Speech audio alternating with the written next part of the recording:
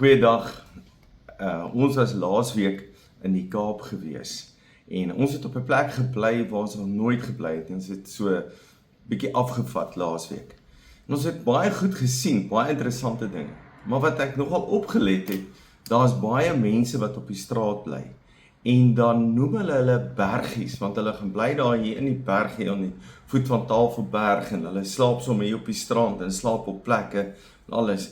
Ja, dan voel ek skielik, ja, hoe bevoorreg is ons? Hoe bevoorreg is jy? Dan dink ek, hoekom is dit so? Waar is hy gebore? Waar leef hy? Hoe kom hy hier uit? Dan weet ek nie. En dan wonder ek, as hy die Here dien, sal dit 'n verskil maak?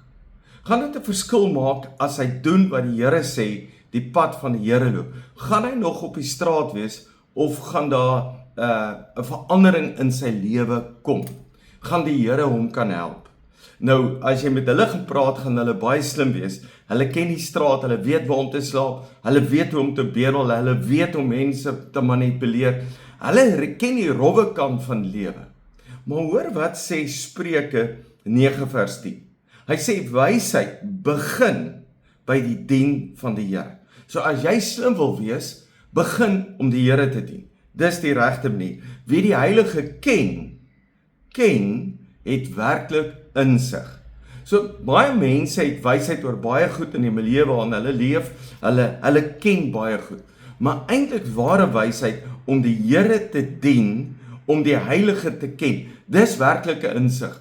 Daai ken beteken om te verstaan hoe dink God. Daai ken beteken om te verstaan hoe werk God. Om te sê, maar dis die Here, hierdie is nie van die Here nie. En ek dink baie maklik kan ons verskonings maak en sê, ja, maar ek is nou nie so bevoorreg soos daai ene nie, en as ek net soos daai ene kan wees, of ek net soos hierdie ene kan wees, dan sal dit my gelukkig wees, dan sal dit met my goed gaan.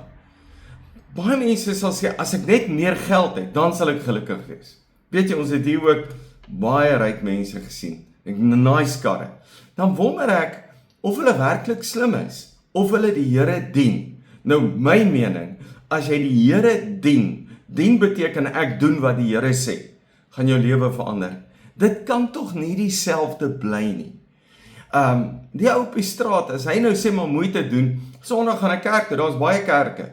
Ek gaan kerk toe, gaan sit in die kerk, sonder om iets te wil hê, net te gaan sit en sê, kom ek luister na God se woord, ek doen God se woord. Sê nou, hy vat die woord, en hy begin die woord lees, die Bybel lees. Ek glo die woord, die Bybel sê, Johannes 6:63, hy sê, die gees is die woord, hy sê, Jesus sê, die woorde wat ek spreek is gees en lewe.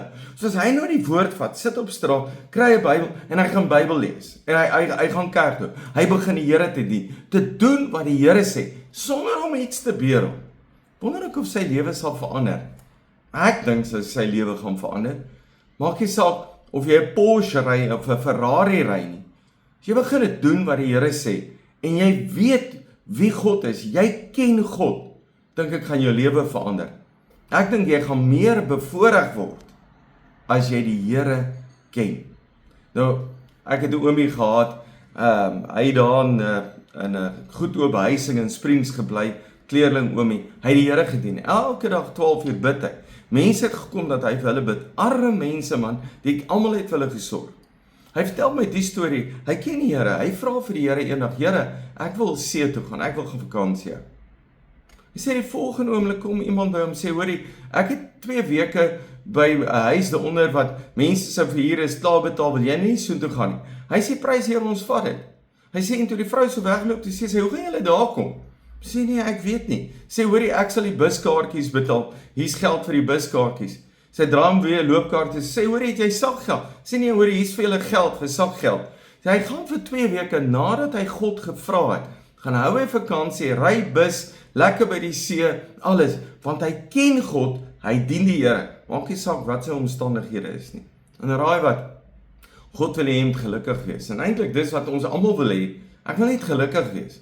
Maar ek soek God se geluk, wat alle verstand, vrede, wat alle verstand te bowe gaan. Dis om gelukkig te wees, om die vrede van die Here te hê. Dankie dat jy luister, jy is 'n great blessing.